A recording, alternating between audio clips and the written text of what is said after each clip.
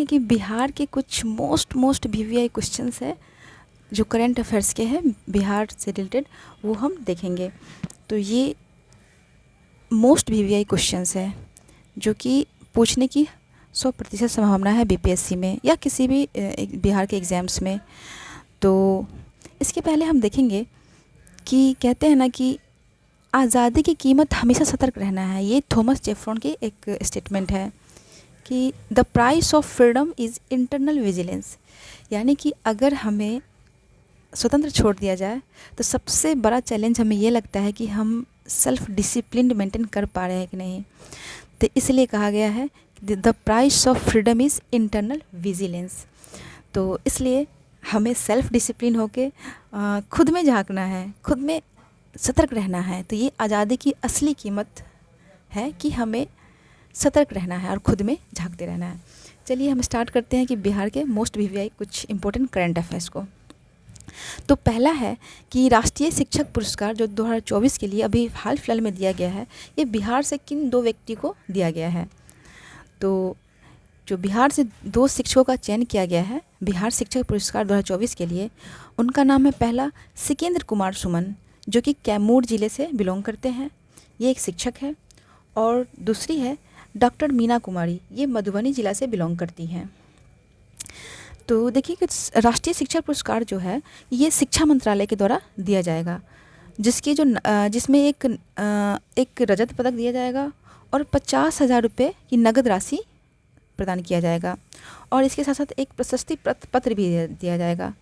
तो ये कुल देखें तो हम 50 शिक्षकों का चयन किया गया है पूरे भारत से, जिसमें कि बिहार से 2 शिक्षकों का चयन किया गया, जिसमें एक लेडीज़ है और एक जेंट्स है, जिसमें कि सिकेंद्र कुमार जो कैमूर से बिलोंग करते हैं और डॉक्टर मीना कुमारी जो कि मधुबनी ज़िले से बिलोंग करती हैं।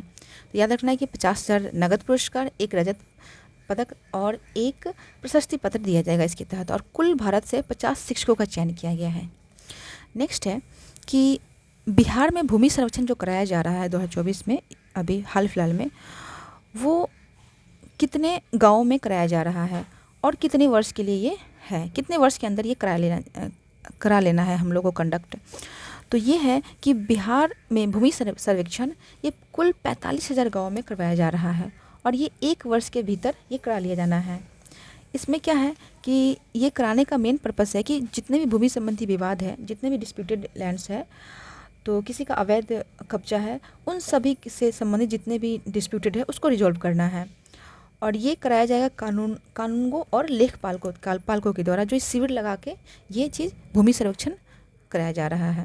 तो इसके कितने 1 साल के भीतर कराया जाना है और कुल बिहार में जितने भी अप्रॉक्सीमेटली 48,000 गाँव है, जिसमें कि कुछ एरियाज़ को छोड़ के ये 45,000 गाँवों को में ये कंडक्ट कराया जाएगा। नेक्स्ट है कि बिहार वक्फ बोर्ड ने गोविंदपुर गांव के ग्रामीणों को नोटिस भेजकर 30 दिनों के अंदर ज़मीन खाली करने को कहा गया है।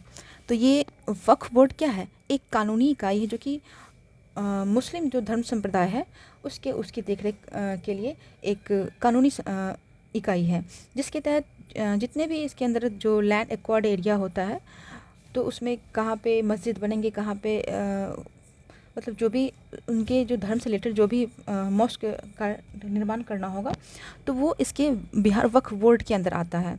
तो ये अभी हाल फिलहाल में इन्होंने ये गोविंदपुर गांव के पूरे ग्रामीणों को नोटिस भेजकर कहा है कि 30 दिनों के अंदर ये खाली कर दिया जाए।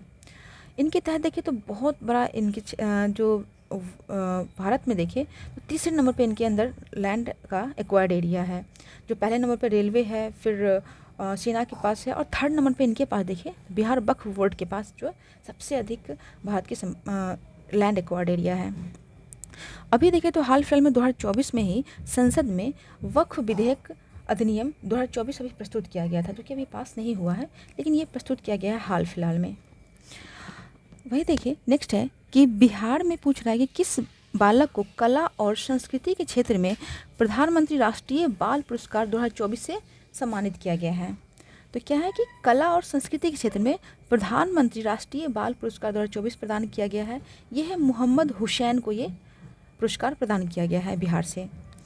वही देखिए तो रिंकी झा ऋषिका, इनका नाम है रिंकी झा ऋषिका, इन्हें साहित्य अकादमी युवा पुरस्कार 2024 से सम्मानित किया गया है रिंकी झा ऋषिका को।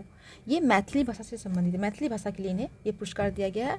रिंकी झा ऋषिका को राष्ट्रीय साहित्य अकादमी युवा पुरस्कार 2024 से, ये बिहार से बिलोंग करते हैं।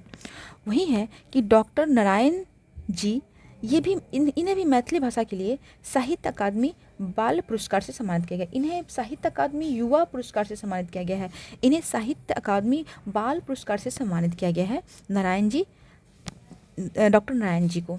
ये भी मैथिली से संबंधित है, ये भी मैथिली भाषा से संबंधित है।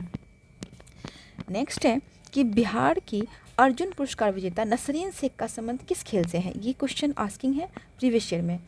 तो नसरीन शेख का संबंध पूछ रहा है कि किससे है, तो ये है खो खो खेल से संबंधित है नसरीन शेख।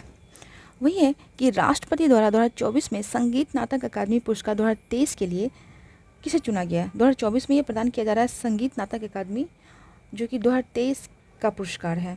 तो ये बिहार से किन 2 लोगों को चयन किया गया है संगीत नाटक अकादमी पुरस्कार के लिए। तो ये है भारत शर्मा व्यास और दूसरा है आसिफ अली हैदर खान। इन दोनों को सम्मानित किया गया है संगीत नाटक अकादमी पुरस्कार 2023 के लिए 2024 में अभी प्रदान किया गया है। पहला है कि भारत व्यास शर्मा व्यास और दूसरा आसिफ अली हैदर खान, इन दोनों को प्रदान किया गया है।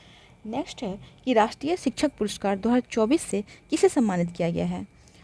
2023 के लिए राष्ट्रीय शिक्षक पुरस्कार 2023 के लिए हमने देखा था 2024 के लिए, और ये है राष्ट्रीय शिक्षक पुरस्कार 2023 के लिए।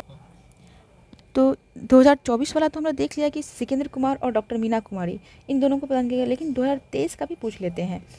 तो इसमें देखिए तो ये 3 लोगों को प्रदान किया गया था बिहार से। तो पहला था अनिल कुमार सिंह, दूसरा जितेंद्र कुमार और तीसरा कुमारी गुड्डी। इन तीनों को राष्ट्रीय शिक्षक पुरस्कार 2023 में प्रदान किया गया था। तो 2023 में 3 लोगों को, अभी 2024 में 2 लोगों को प्रदान किया गया है। नेक्स्ट है कि बिहार के प्रसिद्ध व्यक्ति जो कर्पूरी ठाकुर को मरणोपरांत भारत रत्न से सम्मानित किया गया था। ये कितनी बार ये हमने रिवीजन किया है, ये फिर एक बार देखते हैं कि बिहार के जो कर्पूरी ठाकुर हैं इन्हें मरणोपरांत भारत रत्न से सम्मानित किया गया था। वही देखिए तो पद्म पुरस्कार 2024 के तहत बिहार से कुल कितने लोगों को सम्मानित किया गया था। तो कुल 132 पदक दिए गए थे, जिसमें कि बिहार से 7 व्यक्तियों को पद्म पुरस्कार से सम्मानित किया गया था। तो इसमें देखिए तो बिहार के, तो ये हमने देखा कि बिहार के प्रसिद्ध व्यक्ति जो जिन्हें कर्पूरी ठाकुर को मरणोपरांत दिया गया था, भारत रत्न से सम्मानित किया गया था, वही पद्म पुरस्कार से बिहार के 7 व्यक्तियों को सम्मानित किया गया है। कुल देखिए तो 132 था 2024 में, जिसमें कि बिहार से 7 व्यक्तियों को सम्मानित किया गया, जिसमें कि 1 पद्म विभूषण है, 1 पद्म भूषण है और 5 पद्मश्री से सम्मानित किया गया है। तो पद्म विभूषण की बात करें तो ये आपको चंदेश्वर ठाकुर प्रसाद को सम्मानित किया गया था। पद्म भूषण से चंदेश्वर प्रसाद ठाकुर को सम्मानित किया गया था, और वहीं पद्म विभूषण से बिंदेश्वर प्रसाद को बिंदेश्वर पाठक को सम्मानित किया गया था। तो इन दोनों को, बिंदेश्वर पाठक को पद्म विभूषण और चंदेश्वर प्रसाद ठाकुर को पद्म भूषण से सम्मानित किया गया था। तो इन दोनों को, अब बाकी 5 लोगों को पद्मश्री से सम्मानित किया गया था। नेक्स्ट देखिए तो क्वेश्चन है कि बिहार के किस व्यक्ति को नटराज कला से सम्मानित किया गया था 2024 में। तो ये है प्रसाद रत्नेश्वर सिंह को दिया गया था नटराज कला पुरस्कार से, इन्हें सम्मानित किया गया था। प्रसाद रत्नेश्वर कुमार को ये नटराज कला से सम्मानित किया गया था 2024 में। नेक्स्ट है कि बिहार के किस प्रसिद्ध जो सामाजिक उद्यमी को वर्ल्ड इकोनॉमिक्स फोरम में यंग ग्लोबल लीडर ऑफ घोषित किया गया था। तो यंग ग्लोबल लीडर घोषित किया गया था, ये शरद विवेक सागर को किया गया था। ये उद्यमी है, एंटरप्रेन्योर है, जिन्हें वर्ल्ड इकोनॉमिक फोरम की जो बैठक हुई थी उनमें यंग ग्लोबल लीडर अवार्ड से इसे सम्मानित किया गया था, शरद विवेक सागर, जो कि बिहार से बिलोंग करते हैं। और नेक्स्ट है कि सबसे कम समय के लिए सीएम पद पर रहे, कौन रहे थे। तो ये सतीश प्रसाद सिंह रहे थे, सबसे कम समय के लिए बिहार के सीएम पद पे रहे थे। ये क्वेश्चन भी प्रीवियस ईयर में आस्किंग है। वहीं ये एक क्वेश्चन है कि हमें नोट फॉर्म में लिखा है कि बिहार जो भारत का एकमात्र ऐसा राज्य है जिससे नेपाल सबसे लंबी सीमा साझा करती है।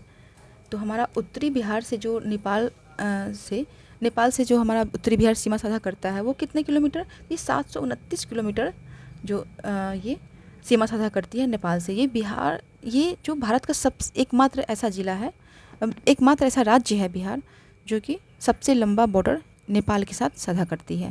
ये कितना है, तो 729 किलोमीटर।